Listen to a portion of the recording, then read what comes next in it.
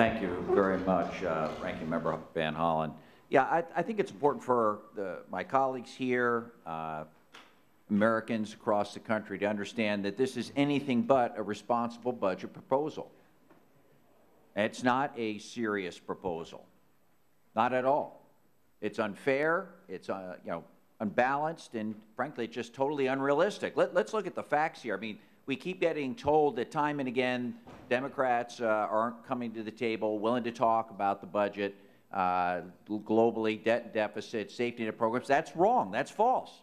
The President has come forth several times over the last 5 years trying to meet my Republican colleagues halfway. Each time he's pushed away. Each time he's pushed away. The safety net programs never anticipated the baby boomers, nor did our tax policy. There has to be serious tax reform. The Republican budget here is not serious. Its own tax-writing chairman tells us it's not serious. This budget assumes we're going to get down to a 25% tax rate, individually and corporate-wise.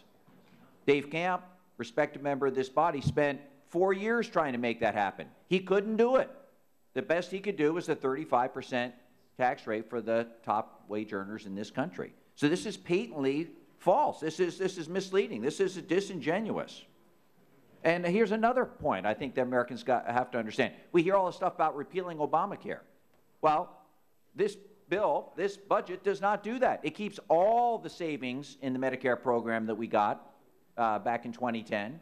It keeps all the tax revenues from those that will benefit from the program to balance their budget. They're not repealing the Affordable Care Act. Another phony claim. Most egregious of all, this budget balances itself on the backs of seniors. Seniors have got to wake up and understand what's going on here.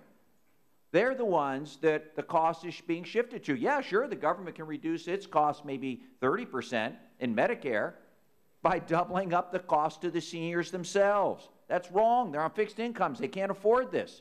This budget is a sham. I can't believe anyone's going to vote for this thing at the end of the day. I would hope they get voted out of office if that's the case. They can't.